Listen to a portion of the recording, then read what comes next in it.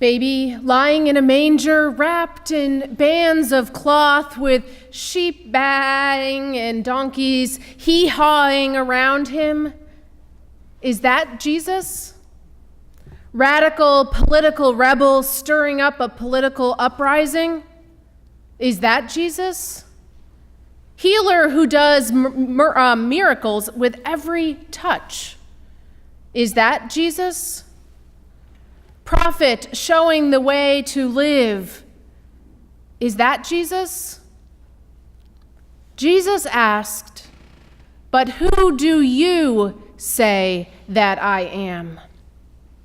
And the disciples had this to say. Perhaps John the Baptist, the preparer of the one to come.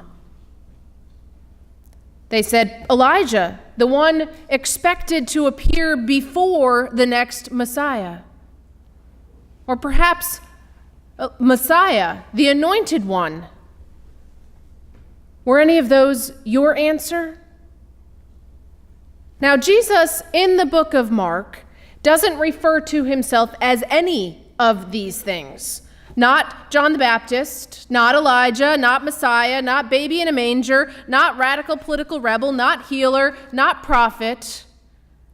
Instead, he talks about himself as the Son of Man, which, if you were hearers of this gospel when it had first been written, you would immediately connect to the prophets Daniel and Ezekiel. Because in those prophet books, the Son of Man is the one who connects with God's mission, the one who connects with suffering.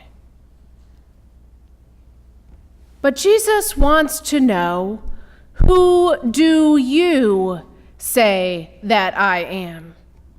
Now, in case you've missed it, Christians have been arguing about this for thousands of years. And even within the congregation here, we have different answers. Jesus wants to know, who do you say that I am? But you know what? Jesus doesn't actually tell us the answer. He doesn't say, ding, ding, ding, ding, Peter's got the right answer. Or he doesn't say, nope, you're all wrong. The only answer is the Son of Man. Jesus doesn't say that. What Jesus does say is, if any want to become my followers, let them deny themselves and take up their cross and follow me. Take up your cross and follow me. That's what Jesus says.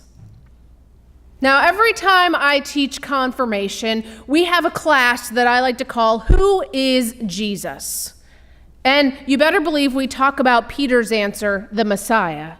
But one of the things that I have the students do is listen to a song by Brian Sergio called 87 Times.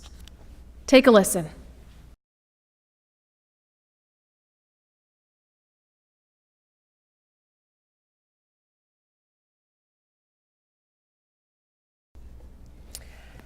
Perhaps the answer to the question, but who do you say that I am, is actually not the most important question.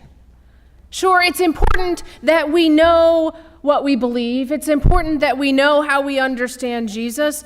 But the key question is, do we follow Jesus? And as the song says, if we're following Jesus, why then do we have so many friends among the affluent and so few among the poor, or the marginalized, or the ones who are different from us? If we're following Jesus, why do missiles and guns make us feel so secure?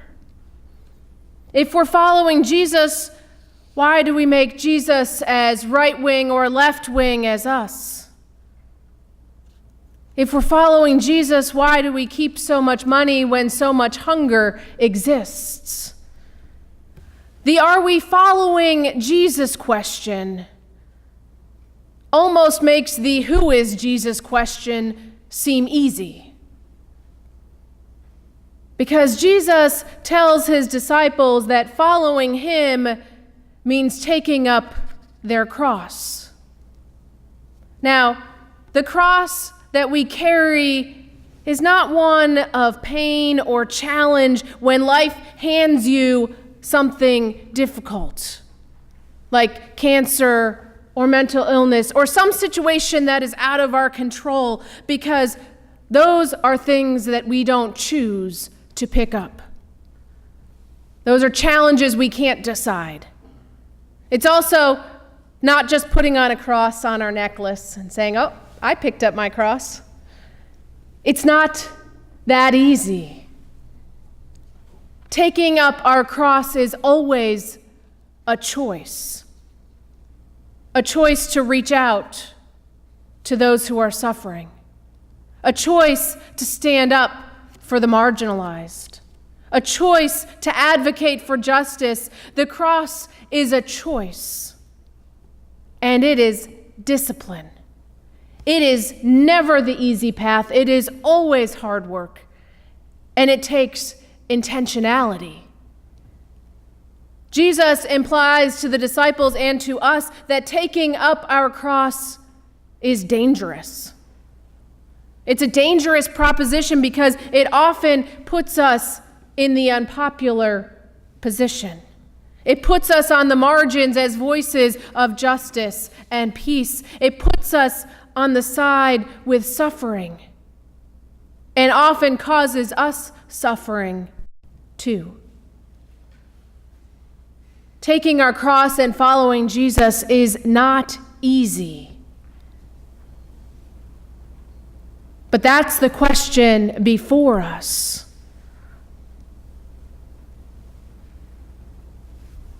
I think only once in the Gospels does Jesus say, "Who do you say that I am?" But 87 times or so, the song says, I didn't actually count, the Gospels, Jesus says, "Follow me."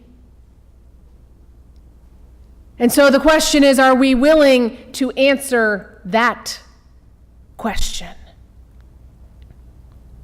Because that answer can change our whole lives. So if we're going to wrestle with a question, let's wrestle with that one, knowing that Jesus has called us to follow.